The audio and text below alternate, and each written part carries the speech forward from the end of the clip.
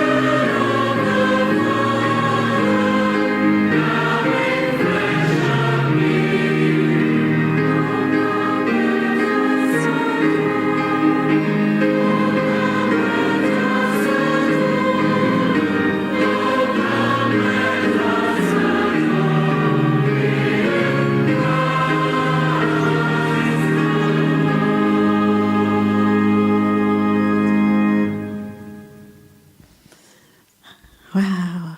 Isn't it lovely to sing that hymn? Once more, welcome and good morning to this amazing place on this amazing day. If you are joining us online, a very warm welcome to you, whether you are watching now live or sometime in the future.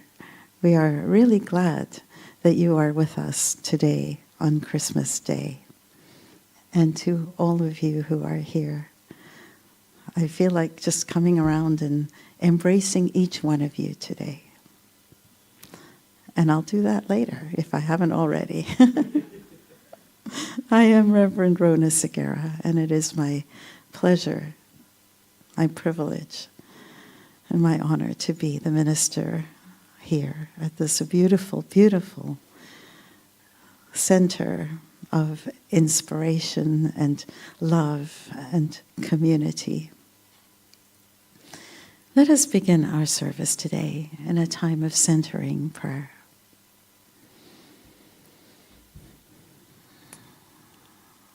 We give thanks. We give thanks that we are on the traditional and ancestral territory of the Kakite First Nation. And we give thanks for First Nation peoples everywhere. We give thanks that we can be together here today in an atmosphere of joy and peace, of family.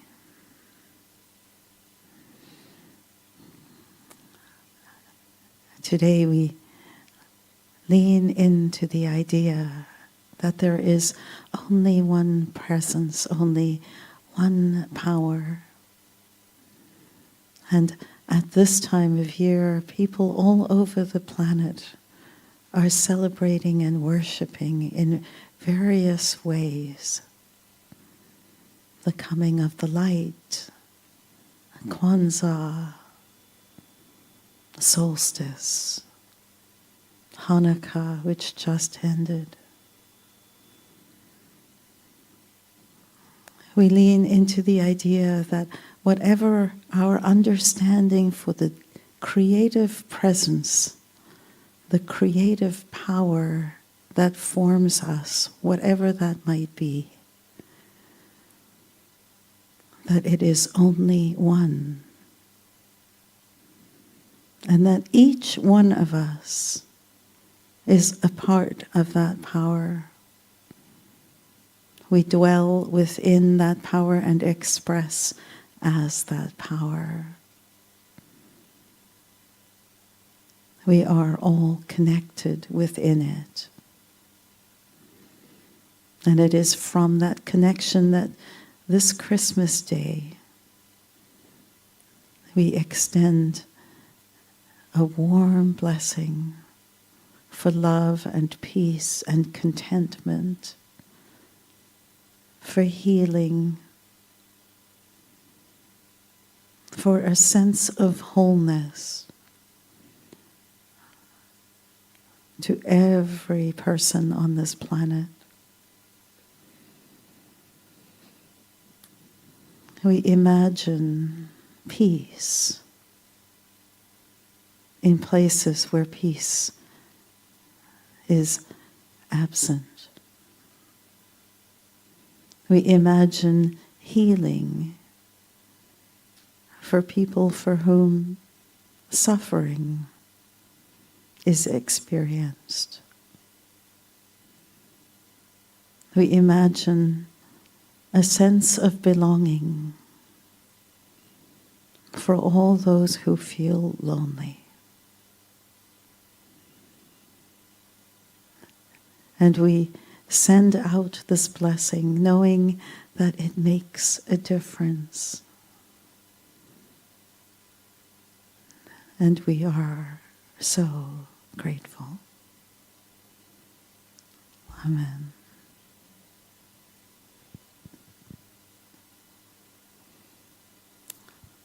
I'm going to invite Barb to light the Advent wreath for us for the last time this year, and then to read the daily word. She will begin with the smallest purple candle, the one that we lit the first week of Advent, and it represents faith, the faith that there is bless in the mess, that regardless of appearances, all things work together for good. Then she'll light the second purple candle, That candle represents peace. A reminder for us that peace will naturally be an outpouring when we live from a place of recognizing our connection with each other. And then the third candle she'll light is also purple, and it is the candle for love. And as I watched Cliff and Barb lighting the candle, I can see the love between them as they giggle together lighting this candle. And then the fourth candle will be the pink candle, which we lit yesterday on the fourth Sunday of Advent. And it is the candle for joy. Another natural outpouring. And finally, today, we light the Christ candle, the white candle. Have you guys already lit it? I'm too short, I can't see. I'm sorry. The white candle is lit. And the white candle represents what they call the Christ candle. And whether you light it at the beginning or at the end, it is a reminder that the anointed light that you are is with you always, and you carry it with you. So thank you. Isn't it a pretty, pretty wreath? And Barb, would you like to read the daily word, please? Good morning. I'm Barb. Merry Christmas. Merry Christmas Day. I celebrate Christmas with a happy heart. The sun rises on a glorious Christmas morning, and my heart is full. The Advent journey has led me to this place, and my faith, peace, love, and joy fill my awareness and make the whole world feel bright and new. Today the Christ is born in me, yes, but it is also born anew around the world in so many hearts coming together to celebrate our spiritual gifts, our innate divinity. As the day unfolds, there may be smiles and hugs, gifts and holiday meals, gatherings large and small. Mostly, though, there will be the presence of Christ fully realized, the glimpse of heaven on earth. I pray we will carry Christmas in our hearts for beyond today and live more fully from our divinity. The Christ we are every day of the year. To you is born the day in the city of David, a Savior who is the Messiah, the Lord. Luke chapter 2, verse 11. Thank you,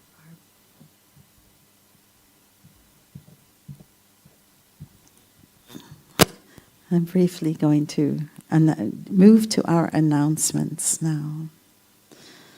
For our next prayer service, our next prayer service will be on January 1st on Zoom, so a week from today on Zoom.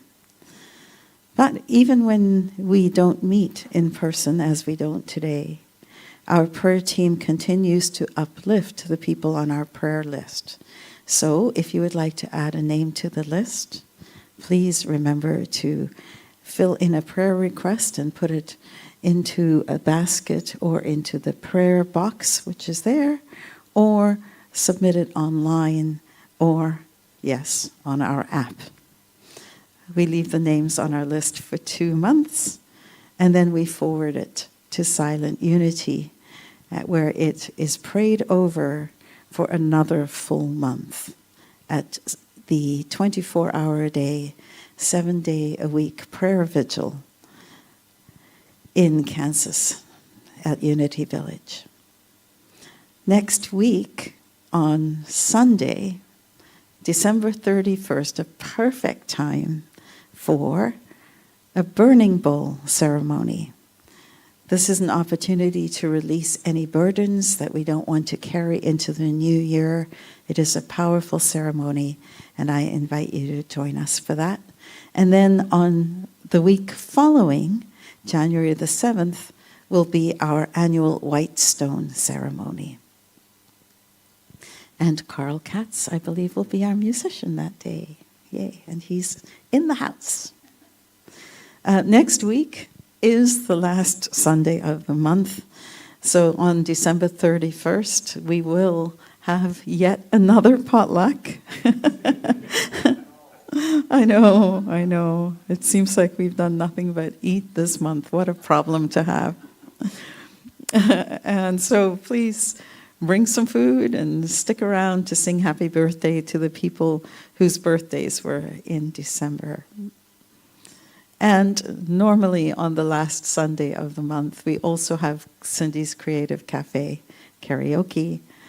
We're going to postpone that for a week.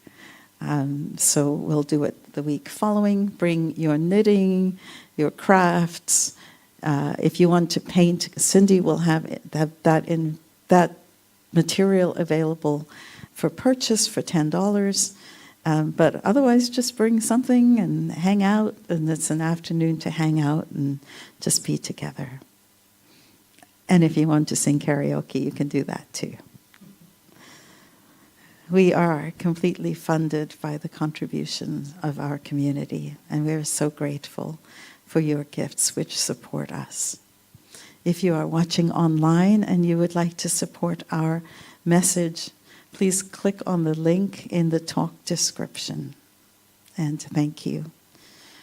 Please give from your feelings of gratitude and appreciation as we sing our next song, See Amid the Winter's Snow. Shall we stand? Or are you guys cash?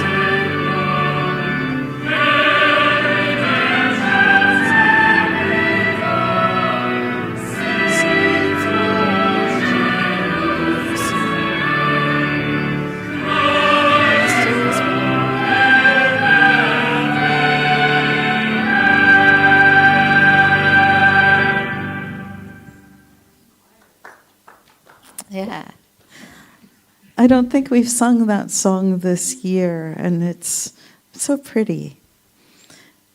And yes, with some of the Christmas carols, they don't completely align with our theology, shall we say. And yet, there is something so enduring and lovely about Christmas carols that this is one of those places where I'm willing to lean in and sing along with Christians everywhere, wherever they fall on the denominational spectrum about whether Jesus was the one and only Son of God, or as we believe, that he was the exceptional example for us. So there's my little, not necessarily disclaimer, but certainly a proviso. Thank you. Yes, yes. The Christmas story is beautiful. It celebrates the birth of Jesus, our way shower, our example. And it is an uplifting story that evokes emotion and sentiment and a sense of wonder in us. And some may question how much of the story is historical fact. For example, was there really a virgin birth? Was there really a star? What about all those angels and the dreams? Well, that's up to each of us to decide. To me, celebrating the birth of Jesus and learning how our lives may be enriched by the story right here, right now, matters far more than historical accuracy. At Unity, we read the Bible stories literally, and, let me rephrase that, we enjoy reading the Bible stories as they are written. And we look to them for deeper meaning about how they can apply in our lives. Every place, every person, every event represents an aspect of ourselves and how we think. And this is what we call metaphysical interpretation. For these interpretations, the gender, the likability of the character, the age of the character, none of those things really matter. What matters is that they represent something that exists in each one of us. And if we look at the Christmas story in this way, then it becomes a story about each of us and how we can give birth to the awareness that we are more than the limited physical self that we see in the mirror. That we are, in truth, energetically powerful beings, one with the creative energy that we call God, and that others call Spirit, or Shiva, or Yahweh, or Creator, or quantum and science. Our spiritual journey at Christmas is to give birth to the awareness of this power that we have within us and how it can express purely what we call divinity and what we then call our Christ nature. So today, I want to retell the Christmas story for you. I want to look at the practical aspects of the story for each of us as we journey to Bethlehem. First, let's take a look at Mary and Joseph and that journey to Bethlehem. Mary is a young woman who lives in Nazareth. She is engaged to be married to Joseph. And an angel appears to Mary and tells her that she should not be afraid, that she will conceive a child and will call him Jesus. Mary accepts the angel's words. And sure enough, she discovers that she is pregnant. When Joseph finds out that Mary is pregnant, his first reaction is to discreetly divorce her, break the engagement. And an angel appears to Joseph and tells him that Mary's child was conceived by spirit, and that together they should raise this child. And Joseph obeys the angel who appeared to him in a dream, and he marries Mary. By decree of Emperor Augustus, Joseph has to travel to his tribal city, Bethlehem, to register so that they can be taxed. So even though Mary is in the advanced stages of pregnancy, the young couple set out on the road to Bethlehem. What can we learn from this part of the Christmas story? And how does it help us to give birth to this Christ consciousness, this idea that we are actually pure and innocent and filled with potential that we can direct in a powerful way? Well, there are two things I'd like to share with you about this idea. The first is, keep calm and ride on. Think of the challenge that Mary faced. In those days, women married young. I imagine she was no older than 14 or 15 years old, and in the context of that time, today we would think that's way, way, way too young, but in the context of the time, that was probably pretty traditional marrying age.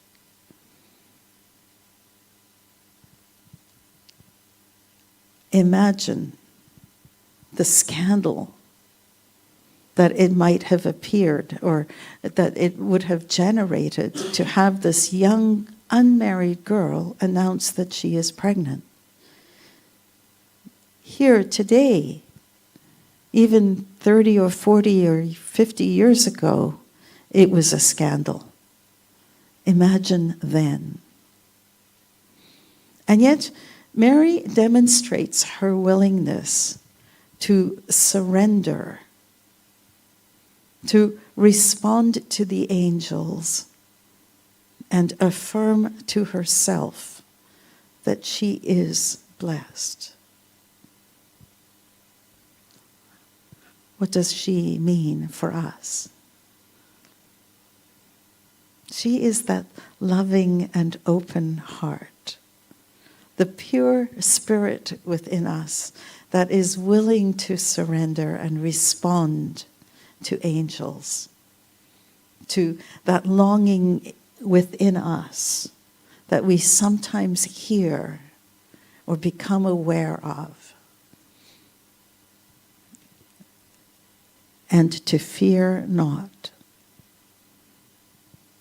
The notion of virginity can serve as a reminder that the core of our true nature, the seed of the divine, if you will, is already within us.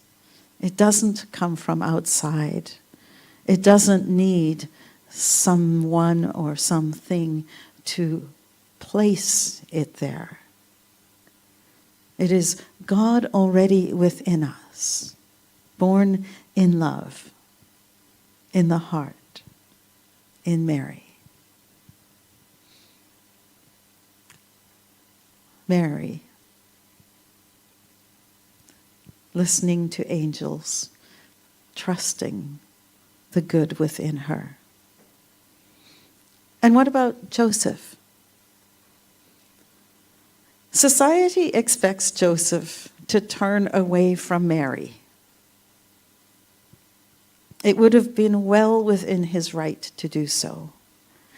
Instead, he too listens to the angel, to his inner guidance. And he stands by her, despite the accepted custom of the day, and very likely the norms that others would have expected of him, which would have been to, leave her. So even when the opinions of others would have been that Joseph is making a mistake, he's being too kind, he's being too forgiving, he decides to look within, listen to his inner guidance, and stand strong. He represents for us that strength to stand strong even when the society of our thoughts, and I'm not talking about society out there, but that is true too, but the society of the voices in our heads that are saying, no, don't do that, don't do that. What are you thinking? She's taking advantage of you, blah, blah, blah, blah, blah. You know those thoughts we've all had. Joseph represents how to behave in the face of those thoughts. Those thoughts that are filled with should about the proper course of action. Those thoughts that are trying to protect you so that you don't look foolish. Those thoughts that compete to some extent with the other thoughts that feel the longing to grow, to move forward. Part of us wants to stay with the crowd and accept the conventions of expectation, at the same time as other thoughts are calling us to do something different. Our Joseph nature finds the strength to stay the course, the faith to continue on the path to Bethlehem. The path of spiritual growth is sometimes uncomfortable. Whether you have been pregnant in your life, or whether you've observed someone else who has been expecting a baby, you can appreciate how uncomfortable a 70-mile physical journey between Nazareth and Bethlehem might have been. Yet together, inspired by angels, Mary and Joseph walk the path to Bethlehem. So it is with us. On our journey to Christ consciousness, we can know that although it isn't always easy, we can surrender to the journey. We will be supported with love and strength and faith. And we have no need to fear the road ahead. All we need to do is keep calm and ride on.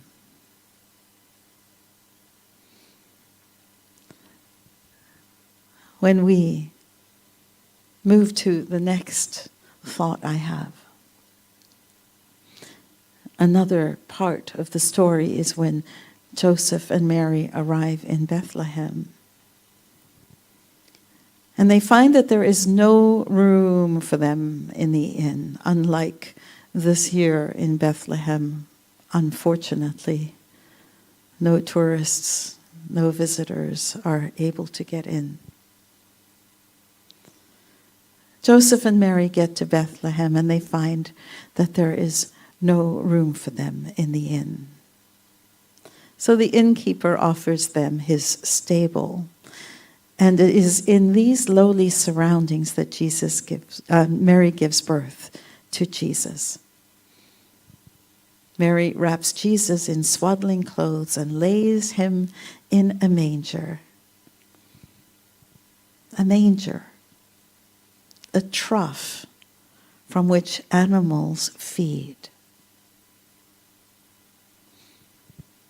What can we learn about this for ourselves? I think of it as being summed up in 3 words. Peace, be still. Instead of the overcrowded and likely chaotic inn, the baby is born in a relatively peaceful and quiet place, the stable. Everything represents our thoughts metaphysically. So the inn in us and the stable in us represent our thoughts. And any of you who have been teachers or any of us who have been students will know that it is difficult to introduce a new concept when our minds are chaotic and filled, what we think of as monkey mind or mind chatter. When our minds are filled with busy thoughts, it is difficult to allow new ideas in. Difficult to allow them to grow and evolve fully. Our awareness of our purity can be born in the silence. Remember, the Christ is and always has been a part of us. And if our Christmas journey is to awaken to the awareness of our oneness with everything that is, with the awareness of the divinity within us, we would do well to follow the example in the story and give ourselves the gift of a peaceful pause. In the stillness of prayer and meditation, away from the thoughts that are personality-based, that are busy, that are always at work. Our goal is to step away from those thoughts. Allow the dear Christ to enter in. Peace, be still. And so it is in the silence that the baby is born. Now we come to the shepherds.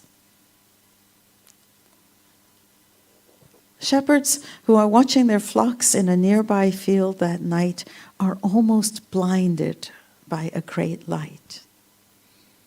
The angel Gabriel appears.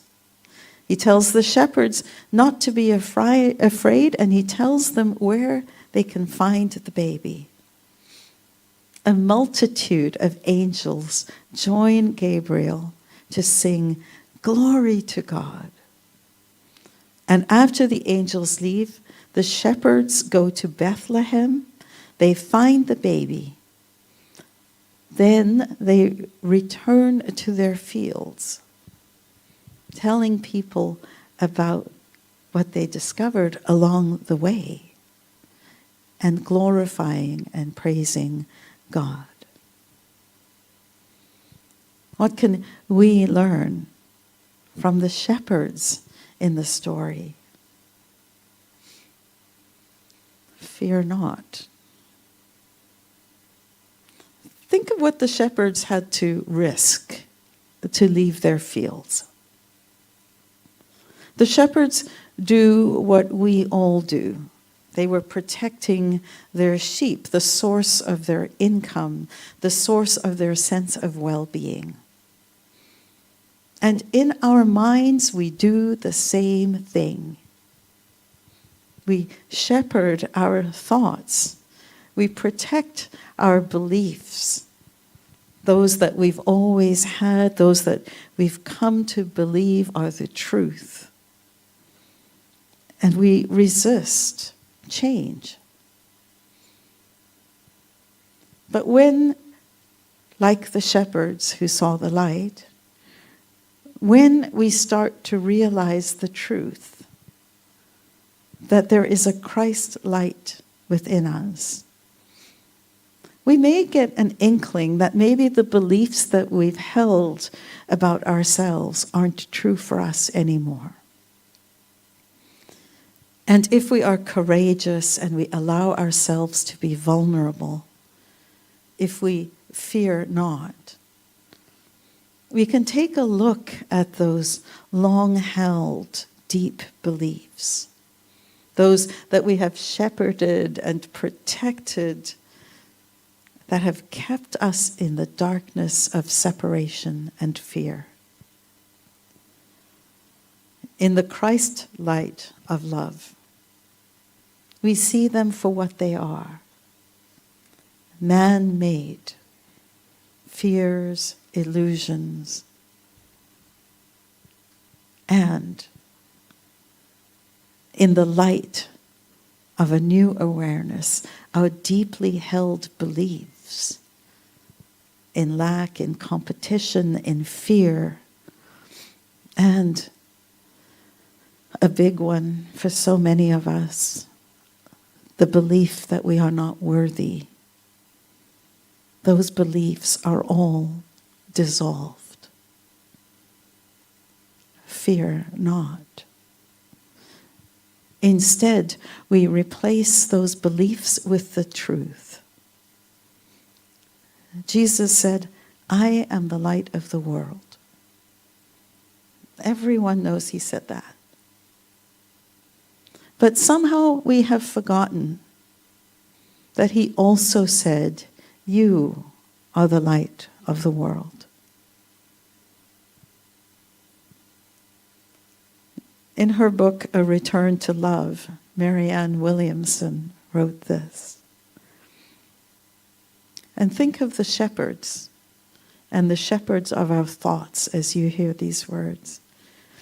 Our deepest fear is not that we are inadequate. Our deepest fear is that we are powerful beyond measure.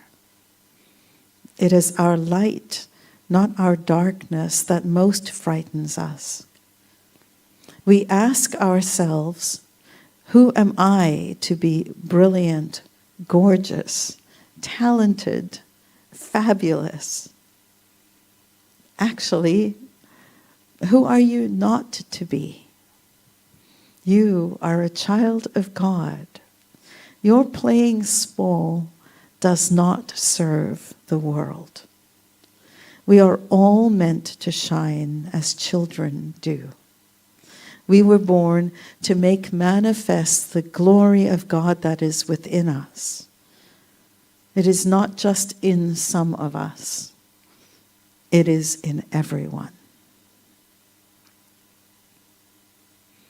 As we become aware that the glory of God is within us, as we leave those thoughts that we've been guarding in the dark and turn to the light, as we begin to believe differently, we become aware of an amazing sense of freedom, of lightness. And we, like the shepherds in the story, will be filled with gratitude, with joy, with love, with life, and with love for life. We are the shepherds of our thoughts. We can choose to fear not, safely release our old beliefs, and affirm with Jesus, I am the light of the world. I fear not, for I am the light of the world.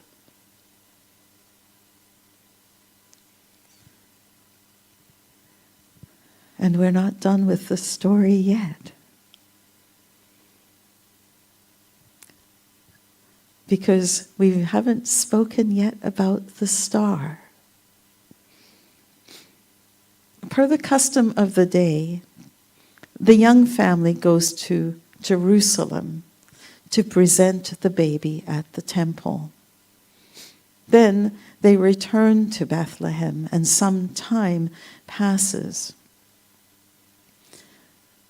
3 wise men from the east, what are known as the Magi, ride into Jerusalem, asking, where is he who has been born King of the Jews? For we have seen his star in the east and have come to worship him. Herod, who is the current king of Israel, finds out about this and is understandably perturbed. He asks the Magi to bring him word when they have found the child so that he can go and worship him. The Magi travel to Bethlehem, they find Jesus, and they give him gifts of gold and frankincense and myrrh. And the night before they leave, they are warned in a dream not to return to Herod. And so they decide to go back to their own countries, taking a different route. That same night, the angel appears to Joseph in a dream. And Joseph, following the angel's direction, takes Mary and the baby Jesus to Egypt. And they remain there until it is safe to do so. Another part of the Christmas story that we don't really hear. The traditional Christmas scene that we see with the baby Jesus in the manger and the 3 wise men in the stable is kind of taking artistic license, shall we say. Because the wise men, they think that happened closer to the time when Jesus was maybe 6 months to 2 years old.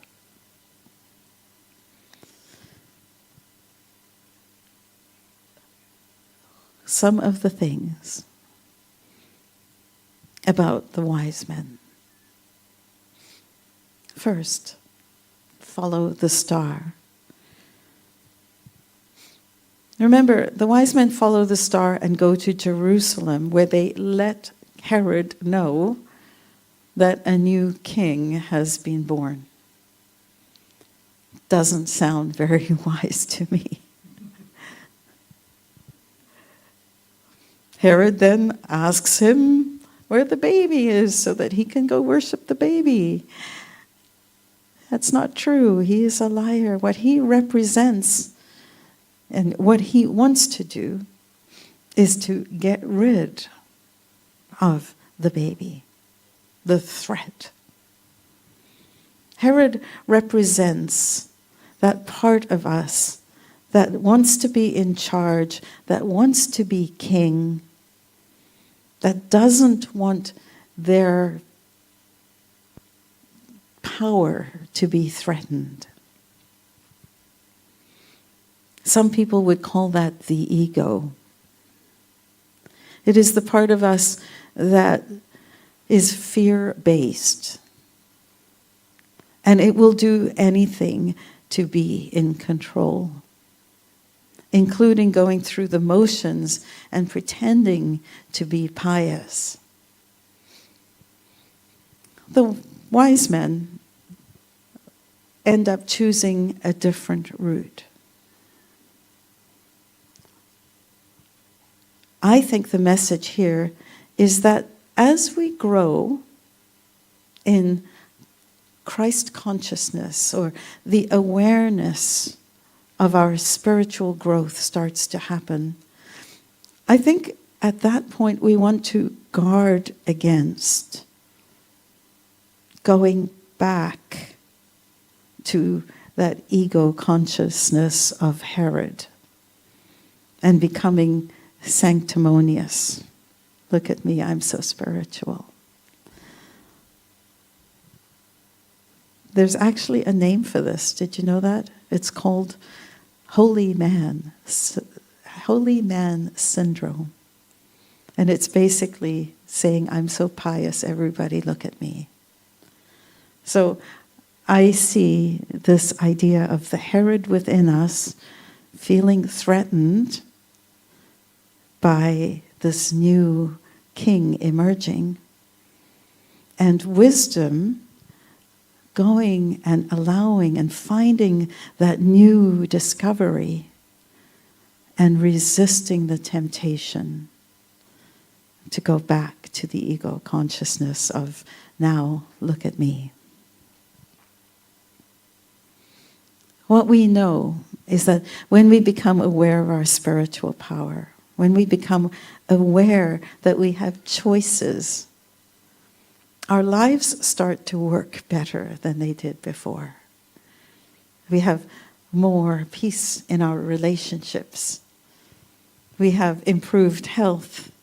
We find ourselves feeling more abundant and more appreciative.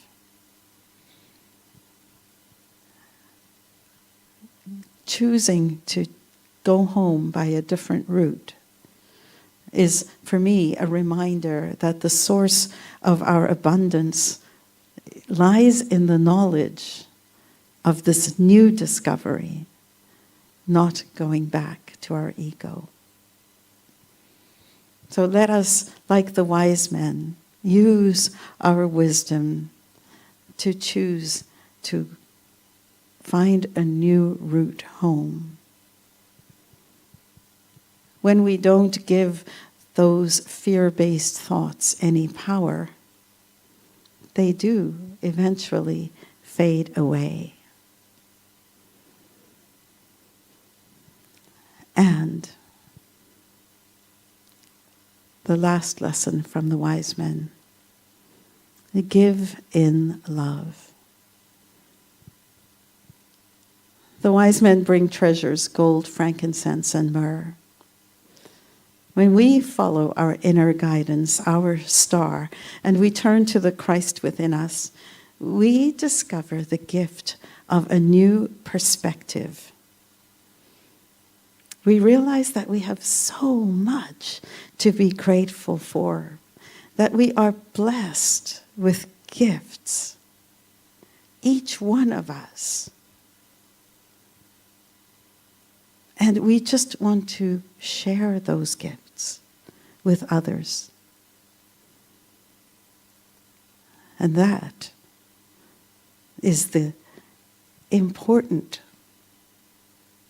aspect of the idea of recognizing the gifts that we have and, like the Magi, giving those gifts to others. So, there's your Christmas story. Like any good story, it is a love story that has trials, it has tribulations, it has decisions to be made, it has bad guys, it has good guys, it has animals, it has babies, angels, kings, and stars. It is a beautiful story. It is filled with hope. It has a sense of possibility. And the Christmas story itself has a happy ending because an innocent family who was threatened ends up living safely, and the child is able to grow and to thrive. Finally, today, as you celebrate and give thanks for the birth of Jesus, our brother, our guide, our teacher, as you feast, as you give gifts and receive gifts from people that you care about, think again of that baby.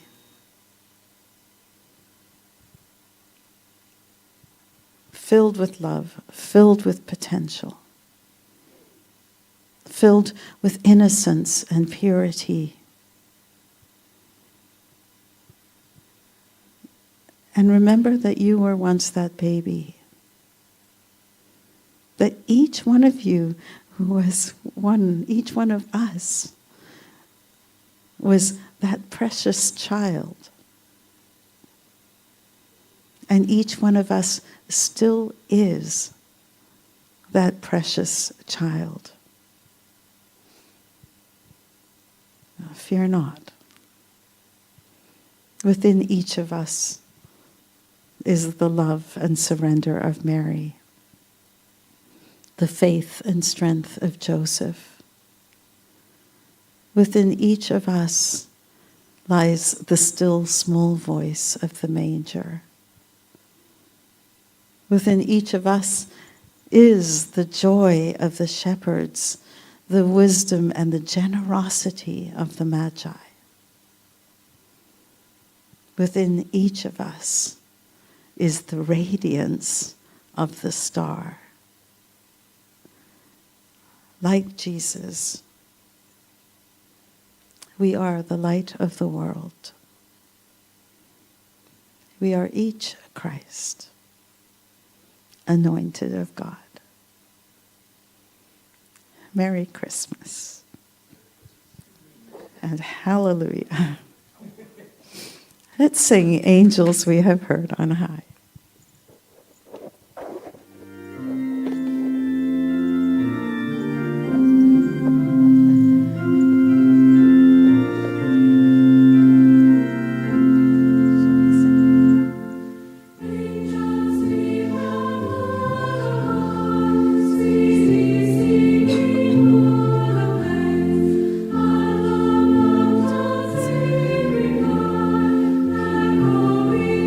Joy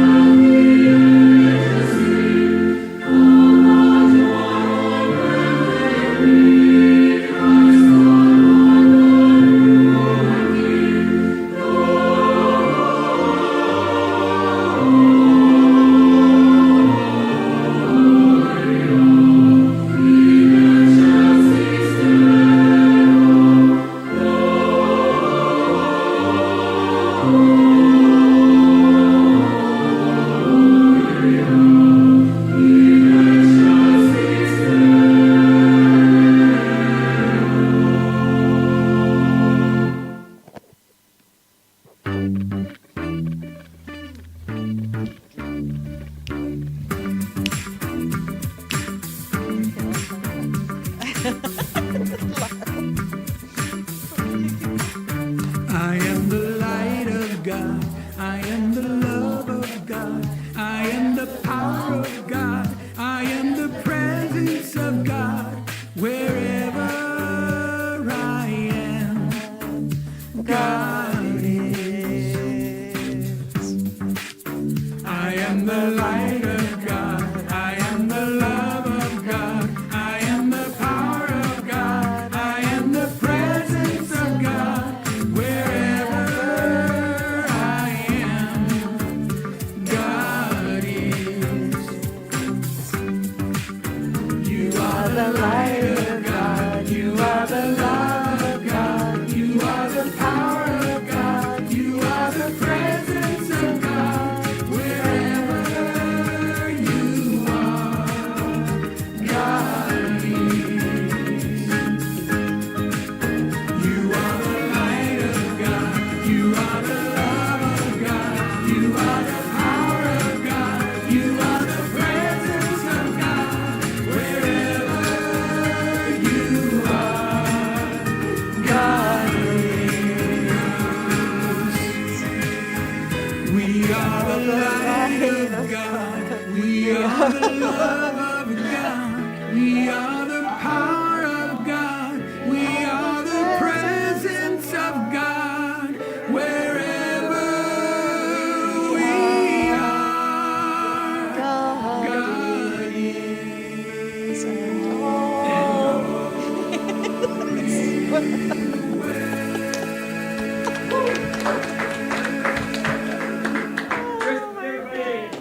We wish you a Merry Christmas. We wish you a Merry Christmas.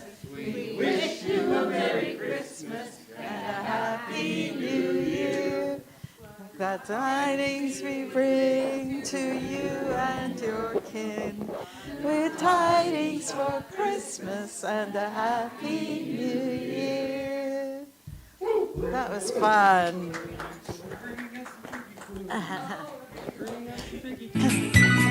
Oh, you can move on. This is the one Glenn wanted.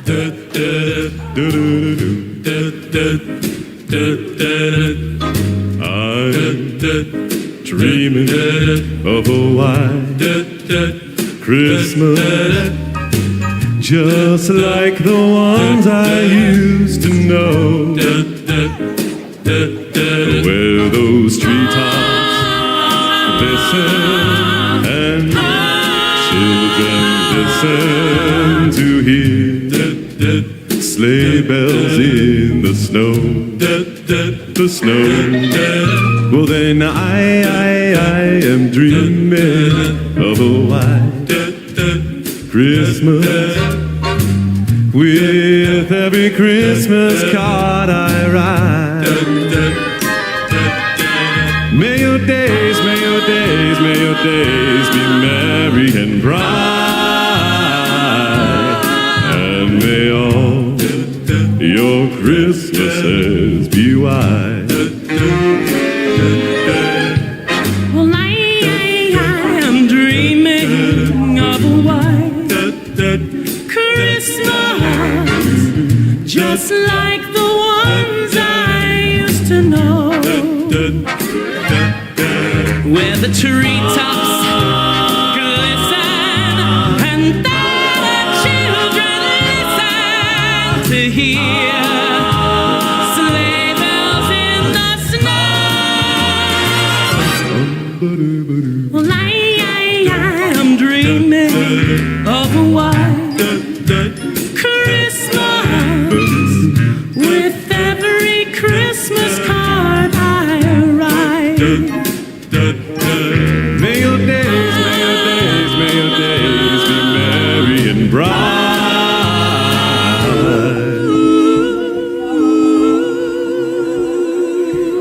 and may all your Christmases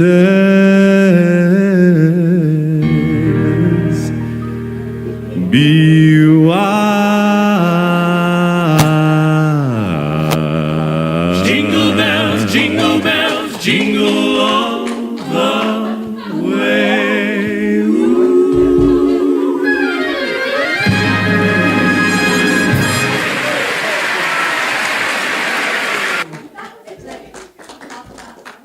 Wait, now we're done.